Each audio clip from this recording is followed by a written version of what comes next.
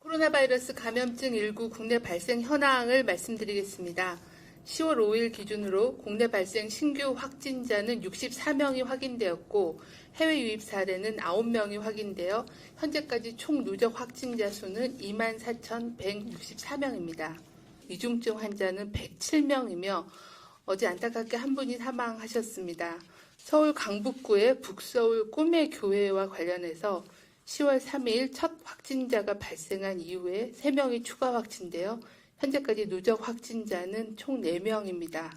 경기도 포천시 내촌면 군부대와 관련하여 10월 4일 첫 확진자 발생한 이후에 추가적인 역학조사를 통해서 35명이 추가로 확진되어 현재까지 누적 확진자는 36명이고 모두 군인입니다. 감염원, 감염 경로 등에 대해서는 민, 관, 군이 현재 합동조사를 진행하고 있습니다. 부부 동반 친인척 모임 관련해서 10월 2일 첫 확진자가 발생한 이후에 현재까지 총 7명이 확인이 되었고 대전에서 2명, 충남에서 2명, 울산에서 3명 확진되었습니다.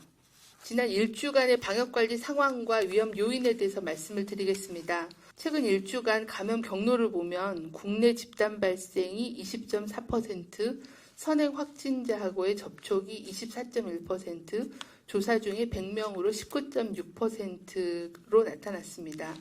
주요한 전파 양상을 보면 수도권 지역과 부산 그리고 경북에는 포항과 경주를 중심으로 집단 발생이 확인되고 있습니다.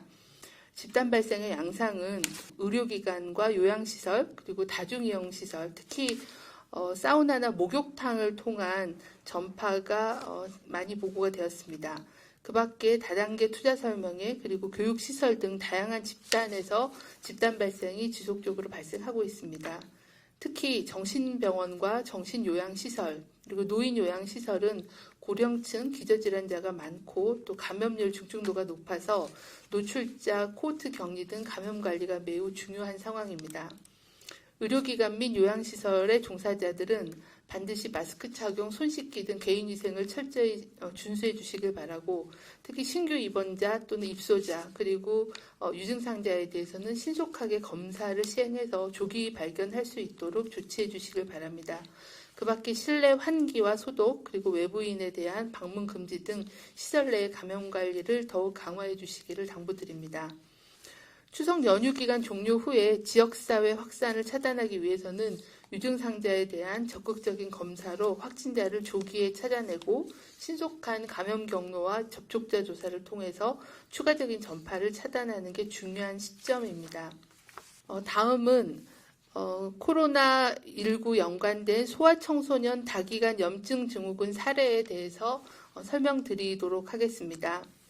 소아청소년 다기관 염증 증후군은 지난 4월 이후에 유럽 및 미국에서 소아청소년을 중심으로 보고된 특이 사례로 코로나19 감염 수주 후에 발열, 발진, 다발성 장기 기능 손상 등이 나타나는 전신성 염증 반응을 특징으로 합니다. 현재까지 국내 신고 사례는 7명이 신고가 되었고 역학조사와 실험실적인 검사, 전문가 회의 결과 2명이 사례에 부합하는 걸로 판정되었으며 현재 2사례 모두 증상은 호전되어 퇴원한 상태입니다.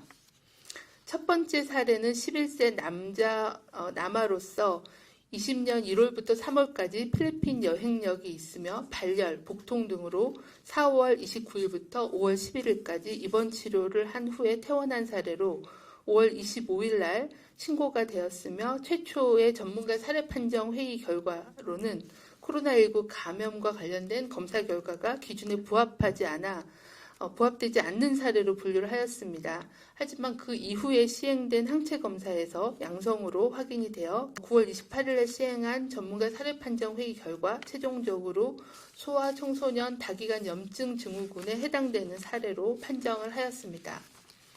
두 번째 사례는 12살 남자 아이로 코로나19 확진자와의 접촉력이 있습니다. 코로나19에 대해서는 8월 19일부터 9월 1일까지 입원 치료를 하고 퇴원하였으며 이후에 발열, 복통이 다시 발생하여 입원 치료를 하고 퇴원한 사례입니다.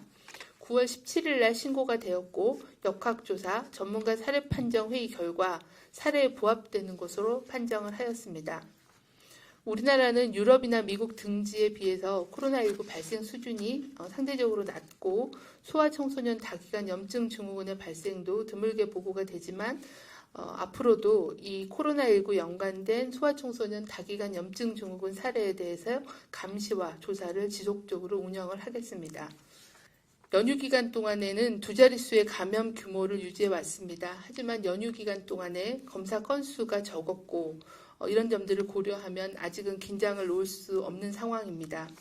명절 기간 동안에도 요양원, 병원, 그리고 학교, 사업장 등에서 산발적인 감염이 확인되었고 또 가족 간 전파 사례도 확인되는 등 지역사회 감염이 지속되고 있는 상황입니다. 지금부터는 연휴 이후에 환자 발생 감시가 중요하여 조기 검사, 조기 치료 격리에 집중해야 될 시기입니다.